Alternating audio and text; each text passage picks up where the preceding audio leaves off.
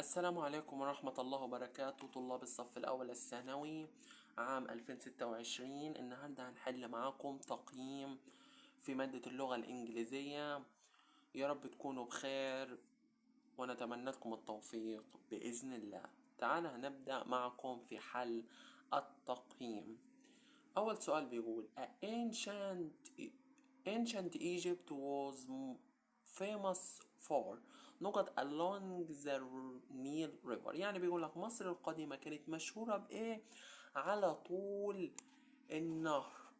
طبعا أنا عايز أقول كانت مشهورة بالتجارة مش بالحكومة government ولا sacrifice ولا لا trade اللي هي مشهورة بالتجارة. تمام. السؤال اللي بعده بيقول لك a park was built in the center of our. بيقول لك الحديقة اللي بنيت في وسط ايه؟ في وسط تراثنا heritage ولا وسط neighborhood في وسط الأحياء يعني أو الحي، ولا merchant التاجر، ولا moments اللي هي معنى أثر أو أثر. لا أنا عايز أقول بدل أتكلم عن الحديقة اللي بنيت، طبعا بنيت في neighborhood اللي هو الحي بتاعنا. تمام. السؤال التالت بيقول tourists come from everywhere to see the ancient. يعني السياح بيجوا من كل الأنحاء العالم لكي يروا ايه قديم؟ طبعا لكي يروا الآثار القديمة، وده تعبير تركيبة يعني تعبير اسمه ancient monuments يعني الآثار القديمة. السؤال اللي بعده بيقول لك the نقط salt spices بيبيع توابل جولد الذهب and seek from far less وبعيد عن الأراضي. يعني طبعا بيبيع التوابل خلصت، يبقى هاخد ميرجانتس اللي هو التاجر. هو اللي بيبيع توابل وذهب. تمام. السؤال اللي بعده we must protect our نقط for the next generations. يعني نحن يجب نحمي ايه للأجيال القادمة. طبعا هنحمي التراث بتاعنا heritage بمعنى نحمي التراث heritage. السؤال اللي بعده every نقط leaves moments that show its college and power. بدل قالك ان هي بتعرض او بتظهر الثقافة والقوة، ثقافة وقوة، يبقى هاخد civilization اللي هي معناها الحضارة، والكلمة دي كلمة رئيسية مهمة تتحفظ. السؤال اللي بعده the two بيقول لك ان الشارعين the two main street meet at a busy نقط in town. يعني هو بيقول لك الشارعين الرئيسيين دول اللي بنتقابلوا فيهم بيكونوا ايه مشغولين في المدينة. عايز اقول ان بيكونوا ملتقى طرق، يعني بيكونوا ملتقى طرق اللي هي الكلمة دي اسمها cross roads يعني طرق او ملتقى طرق، مش استروكان مؤرخ ولا قول حيطة ولا identity اللي هي الهوية بالاستبعاد. السؤال اللي بعده the Aswan High Dam helps to control the Nile but it also many historical sites from flood. يعني بيقول لك السد العالي اللي في أسوان ده بيساعدنا ان نسيطر يعني نتحكم النيل، ولكن ايضا ايه كثير من المواقع التاريخية من الفيضان. عايز اقول بنحميها، بيحمك، ولكن كثير بيحمي اللي هو بريسيرفيس اللي هو معنى يحمي او يصون. ديسيرف دي معنى يستحق. عندك اوف فيرس معنى يستحق او يلاحظ. سيرفيس بمعنى يحمي او بمعنى محميات يعني. السؤال اللي بعده The Great Pyramids are amazing part of our historical نقط that we must protect. يعني الهرم الأكبر بيكون مدهش ايه تاريخي ولازم نحميه. بدل لازم نحميه يبقى هاخد heritage. طبعا تاريخ، طبعا لو خدت بالك من كلمة historical عايز اقول ان الهرم الاكبر ده بيكون جزء مهم او مدهش لتراث تاريخنا، اللي لازم نحافظه عليه ونحموه. تمام. السؤال اللي بعده بيقول لك the government is working on the old Islamic buildings in Cairo. يعني بيقول لك ان الحكومة بتعمل على ايه في مباني الإسلامية القديمة اللي في القاهرة. طبعا بدل قال لك الحكومة بتعمل ايه، شغالة، يبقى هاخد فعل اسمه يرمم اللي هو in restoring اللي هو معنى يرمم او بتعيد ترميم. هو انا قلتها لكم ان اي حاجة قديمة دايما بتعيد ترميمها. تمام. تعال ندخل على التقييم التاني. التقييم التاني ده باراجراف واجب منزلي. تمام. السؤال الاول بيقول ايه؟ محمد صلاح نقط فوتبول ان ليفربول. محمد صلاح بيلعب في ليفربول. تمام. الفعل ده عندك محمد صلاح عادي والجملة مضارع، فانا هنا مع الجملة معلوم، فانا مش هينفع اخد دي عشان مجهول، فطبعا هاخد بلايز عشان محمد صلاح مفرد. بلاي لو الفعل كان جمع، اما ده بيساوي هي. تمام. in 27 يعني في 2017 my parents نقط to الأقصر. خلاص بدل اللي جيت ان وسنة في الماضي يبقى ماضي بسيط، يبقى moved. اللي بعده how often do you fruit and vegetables. تمام. خد بالك معايا، عندك do بعد do وداز، بعد do does فاعل مصدر، do does فاعل مصدر، يبقى انا عايز مصدر اللي هو eat. هلا is going to be a scientist when she نقط school. ركز معايا في القاعدة دي، بالرغم ان هي ما عندكمش في المنهج ولكن هي قاعدة تراكمية شوية. لما تلاقي when القاعدة بتقول لك ايه لو عايز تسجلها معايا، لما تلاقي when وتلاقي is going to او will، يا is going to اللي هي am is are going to او will والمصدر، يجي بعديها يا مضارع تام يعني يا هاز يا هات والتصريف يا هاف يا هاز والتصريف الثالث يا مضارع بسيط. طبعا في الاختيارات هتلاقي معايا مضارع بسيط اللي هو leaves، هتيجي تقول لي يا مستر ليه ما خدتش الاولى؟ ما الاولى مضارع ليف ما مضارع بسيط. هقول لك لا، عشان شي طبعا مفرد ولازم بحط للفعل اس مع هي وشي وات. تمام. السؤال اللي بعده there not thousands of people at the football stadium. يعني يوجد الاف من الناس في استاد كرة القدم. خد بالك معايا اني عندك thousand of people ده جمع. تمام. جمع، يبقى is دي مفرد، was دي مفرد، be ده مصدر، ما عنديش حاجة اسمها there be، فطبعا هاخد there are يوجد آلاف من الناس اللي في فطبعا عشان جمع. تمام. the DV printer يعني البرنامج بتاع التلفزيون نقط to hear viewers in a very friendly way. يعني بيقولك برنامج التلفزيون نقط المشاهدين بطريقة يعني حلوة.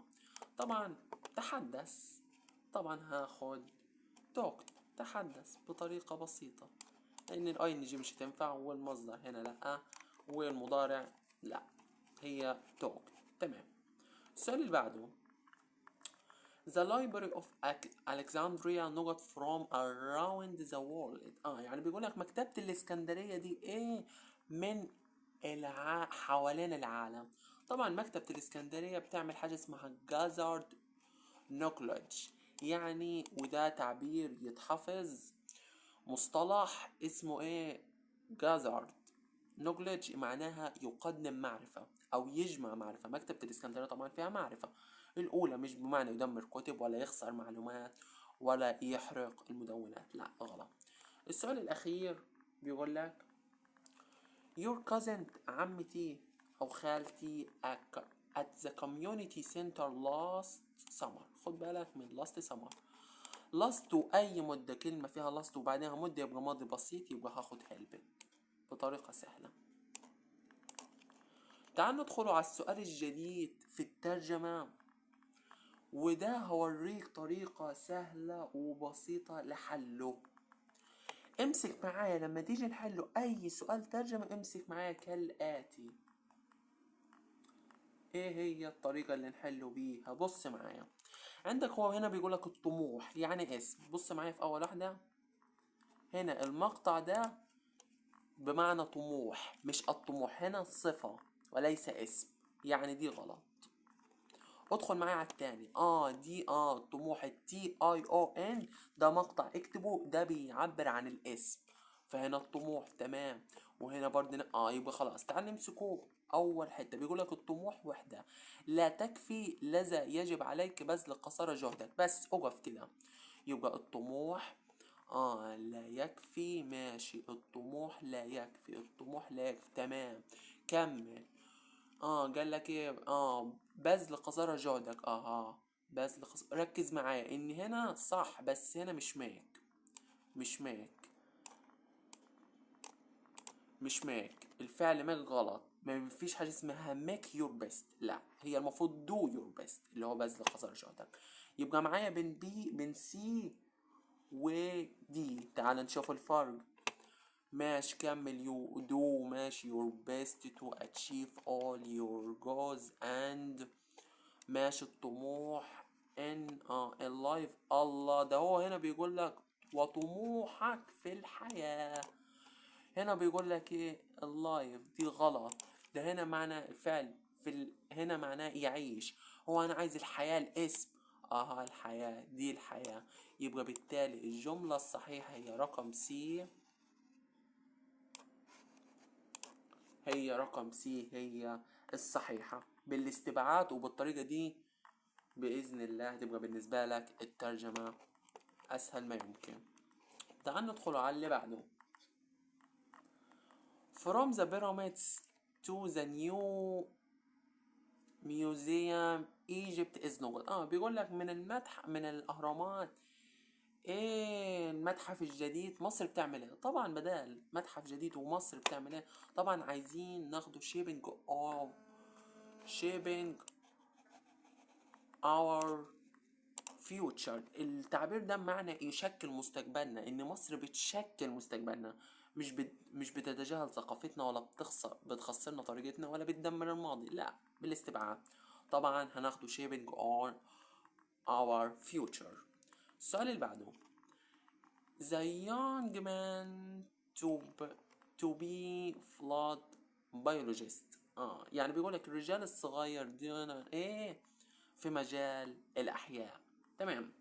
خد بالك معايا، عندك teach ماشي. بص معايا، عندك هنا تمام الفاعل عادي زي الفل اللي هو المان. تمام. انا عايز هنا اخد هل اتعلمت، وده مضارع، يبقى هنا ده مضارع بس مش هينفع. ماشي تمام. خد معايا، ده مضارع، ده مضارع مستمر غلط. ده ماضي استبعده، يبقى معايا ده مضارع وده مضارع، يا ايه يا سي. معلوم ولا مجهول؟ لا انا هاخده طبعا مجهول. ليه هاخد ار؟ طبعا هاخد ار عشان جمع، عشان الرجال. وليه خدت مجهول؟ عشان ما فيش مفعول. عندك الرجال علم، فين المفعول؟ ما فيش مفعول هنا ما فيش مفعول، فيش مفعول بعد النقط. عشان كده انا هاخدها الجملة مبنية للمجهول، بدل ما فيش مفعول يبقى جملة مبنية للمجهول. تمام. Today Egypt نقط with pride and development. بيقولك اليوم مصر بتعمل ايه والفخر. برايت يعني الفخر and development يعني التنمية. طبعا مصر بتعمل continue to grow، طبعا بتستمر في أن تتقدم أو تنمو. طبعا مصر عايزة تتقدم وتنمو مع الفخر. الباقي الاختيارات بالاستبعاد مش هينفعوا. تمام. السؤال اللي بعده the community نقط يعني المجتمع to look after the lion يعني المجتمع شجعنا أن نعتني. look after بمعنى يعتني بالأسود. تمام. خد معايا القاعدة دي. عندك الفاعل المجتمع، تمام. خد معايا انا عايز مضارع، تمام. ده مضارع، ده مضارع، ده مضارع، ده ماضي، يبقى غلط. تعال بص معايا. المجتمع فجامع، يبقى مش هينفع اس، يبقى معاك يا بي يا سي اي. هنا طبعا انا هاخدها مجهول اس. encourage، عشان بص معايا نفس الفكرة. فين المفعول؟ فين المفعول؟ في فاعل، ولكن بعد النقط في مفعول مفيش، يبقى الجملة مبنية للمجهول، تمام. السؤال اللي بعده بيقول لك I not so tired last night. لسه جايلها في الاختبار اللي قبله ان لما تلاقي last خد ماضي، مضارع، ده ماضي عايز تصريف تالت، مضارع يبقى خد was عشان بيجي بعديها صفة، تمام. تمام. السؤال اللي بعده بيقول لك I not asleep at half past night yesterday. خد بالك معايا. yesterday يعني عايز يقول لي ماضي، تمام. الاول مضارع غلط، التاني ماضي، التالت ماضي، الرابع ماضي. يبقى كده ترجمة. بص معايا من غير ما نترجمه، عندك تعبير بيقول لك خد بالك من كلمة اسليب. في تعبير بيقول لك اللي هو معنى يغلب النعاس، ان منعنس يعني. فول اسليب، فول اسليب بمعنى يغلبها النعاس. هنا طبعا ماضي، يبقى انا هاخد فيل اسليب بطريقة سهلة. ولا ترجم يا عم ولا ما تترجمش، بطريقة مصطلح اسمه فول اسليب، تمام. وانا خدت اللي هو رقم بي عشان ماضي، تمام. السؤال اللي بعده بيقول لك money نقط، money نقط into area by that. ماشي طبعا اعطيك، تمام. خد بالك معايا، الماني عاقل ولا غير عاقل؟ لا غير عاقل. وانا قلتها ان لما يبقى الغير عاقل يبقى الجملة مبنية للمجهول. معلوم، معلوم، مجهول، مجهول. اسأل نفسك هو الفلوس دي بتعامل، خد معايا اكتبها ملحوظة، ان الفلوس بتعامل، ناس كتير هتقولك بتعامل معاملة الجمع، هقولك غلط. في اللغة الانجليزية بتعامل معاملة المفرد، يبقى is bought، is bought، تمام. وقلت لك ملحوظة تانية عشان تعرف ان الجملة مبنية للمجهول لما تلاقي باي وضمير، باي وفاعل، باي ذا تورست بواسطة السياح. انا بديك اكتر من طريقة عشان تعرف الجملة دي ازاي تتمكن منها وتعرف تحلها. يبقى الفلوس في اللغة الانجليزية بتاخد مفرد وليس جمع، تمام. السؤال اللي بعده بيقول لك عمر نقط that's why he is always fit. يعني عمر ايه، لذلك هو دايما يعني عنده اللياقة، تمام. smoke، هنا عمر المفروض فيه اس يعني غلط، تمام. don't smoke، هو عمر بيجي معاه don't غلط. doesn't، doesn't smoke ما smokes ماشي never smoke. خد بالك معايا ان doesn't ايوه بتيجي صح مع عمر، بس هنا مع هنا جاي معاها اس وما ينفعش. وانا doesn't لازم يجي بعدها الفعل في المصدر، يبقى هاخد never smokes. واحنا قلنا never او ظروف التكرار يجي معاهم الفاعل بإضافة اس اي اس اي اس في حالة المضارع، وفي حالة الماضي يجي بعدين ماضي بسيط عادي، تمام. تعالوا نحل الترجمة التانية. نمشي حتة حتة. بيقول لك يجب تشجيع الأطفال والكبار على حدة سواء، بس ماشي الأطفال والكبار ريتارد، ماشي تشجيعهم للتجنب، بس للتجنب كفاية. يجب ماشي الطلاب كمل ماشي هي برضه. يجب على الطلاب البالغين ماشي نفس الكلام. لغاية دلوقتي احنا ملقيناش حاجة غلط. ورقم 4 برضه نفس الحكاية. خلاص تعالى ندخله على اللي بعديها. بيقولك ايه، لتجنب التناول الأطعمة السريعة. تعالى لتجنب تناول الأطعمة السريعة، لتجنب تناول الأطعمة السريعة اللي هي فاست فود. لتجنب تناول ماشي لتجنب برضو كلهم بنفس، لغاية دلوقتي مفيش حاجة غلط، تمام. تعال نمسك. وبيقولك لأنها ضارة بالصحة، لأنها لأنها ماشي because harmful، harmful ضارة بالصحة. ركز معايا كده في خطأ. healthy مش بمعنى الصحة، بمعنى صحي، وهنا عايزها بمعنى الصحة، فكده يبقى أول واحدة غلط، تمام. تعال ندخل على التانيين. بيقول لك لأنها ضارة health، لا دي صحيحة تمام. تعال ندخل على اللي بعدها رقم 3. لأنها ضارة خد بالك useful، ده هنا بيقول لك مفيدة، وهنا في الجملة في العربي جايين ضارة، يبقى غلط. تمام. تعال ندخل على الأخيرة، يبقى أنا معايا بين بي ودي. ماشي كمل. لأنها ضارة بالصحة، تمام. بس كده زي بعض. تعال نشوف قال لك ايه في الآخر. قال لك وتؤدي إلى السمنة، تمام. تعال نمسكه هنا. قال لك وتؤدي إلى السمنة، ماشي. وتؤدي الكلمة دي مش بمعنى السمنة خالص، يبقى طبعا الإجابة الصح، يبقى دي كلمة غلط، دي معناها غير سمين يعني. فطبعا الإجابة الصح هتكون رقم ايه، لا سوري، هتكون رقم دي هيلث قلناها غلط، سوري، هتبقى رقم بي.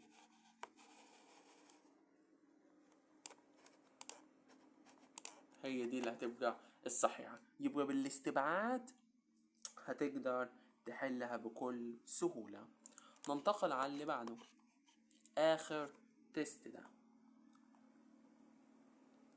بيقول لك الجملة الأولى دي متكررة، هي طبعا هاخد continue to grow، هي متكررة.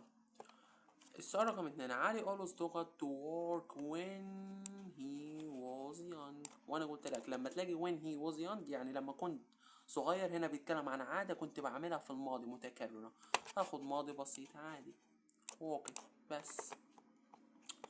كريم نقط at the school 2 years ago. قلت لك لما تشوف ago في اخر الجملة وقبلها مدة خد ماضي بسيط، يبقى started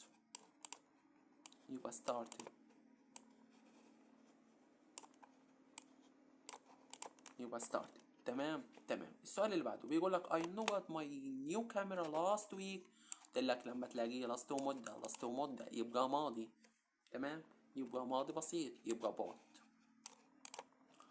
My father نقط in a bank in the city center. ماشي، يعني بيقول لك ابويا نقط في البنك في مركز المدينة يعني. هنا بص، انت ما عطاكش اي كلمة بتدل على المضارع المستمر. طبعا ايام غلط مع فازر، المفروض از، يبقى دي غلط. وفازر مش هينفع اخد معاه، لازم احط لها اس، تمام. وماضي، هل هو انا دليل على اشاره في الماضي؟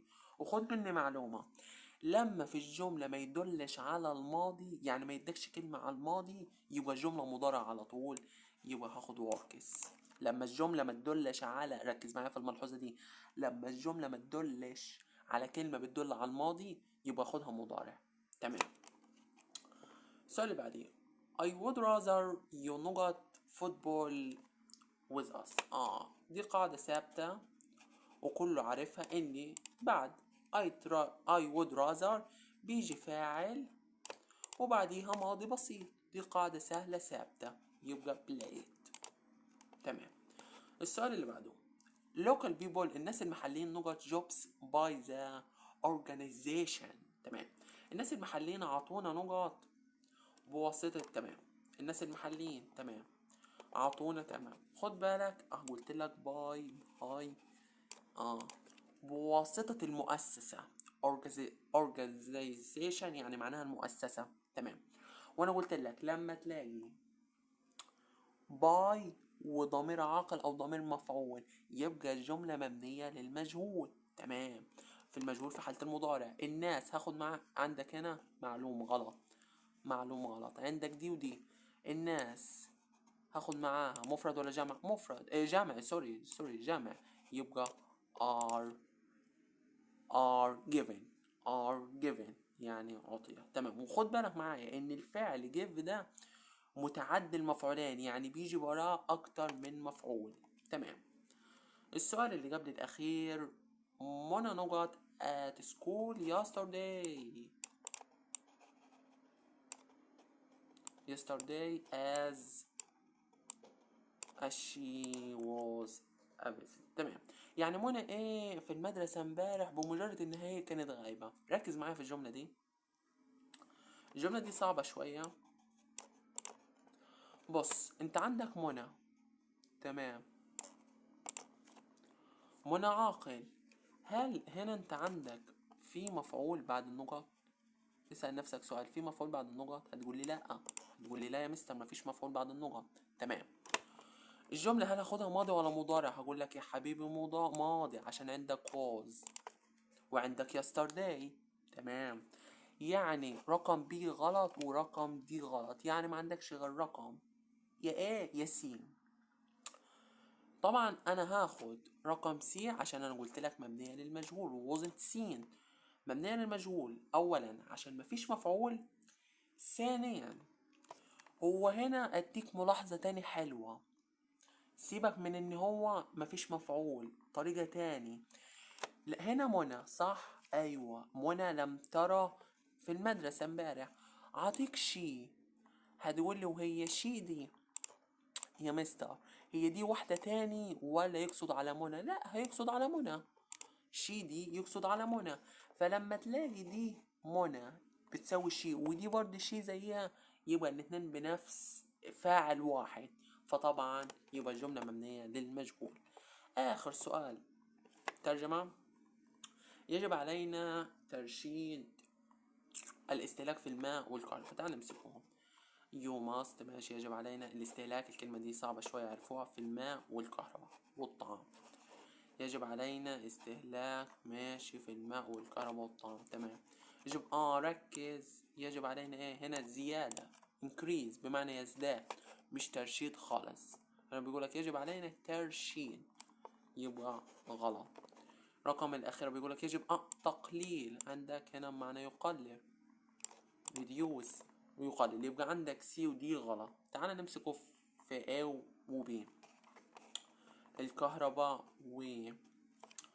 والطعام ماشي، لذلك لمواجهة ارتفاع الأسعار لذلك مواجهة ارتفاع مواجهة ارتفاع في الأسعار. خد بالك من برايس، ده هنا برايس دي معنى جوائز، وهو هنا عايز ارتفاع الأسعار، يبقى هنا هاخد برايسز. خدوا بالكم من المعلومة من الحرف، فرق ايه الزد والسي. يبقى الإجابة الصح هتكون رقم بي، هي الوحيدة الصحيحة اللي مفيهاش غلطة. وكده نكون خلصنا معكم التقييم بالكامل كلهم التقييمات الأسبوعي والتقييم الشهري، واحنا معاكم خطوة بخطوة بإذن الله. أتمنى أن تكونوا استفدتوا مننا، وياريت نكونوا فهمناكم بقدر المستطاع واستمتعتوا معنا. وياريت لا تنسى الاشتراك في القناة وتفعيل زر الجرس ليصلك كل ما هو جديد. وإن شاء الله هنعمل فيديو تاني هنحل فيه من كتاب المعاصر على الوحدة التانية، وهنحل على باقي الماضي المستمر تقريبا. فبإذن الله خلال يعني يومين 3، معلش الفترة اللي فاتت كنت مشغول، فخلال اليومين 3 اللي جايين إن شاء الله بإذن الله هنكون معكم. أشوفكم على خير، بالتوفيق.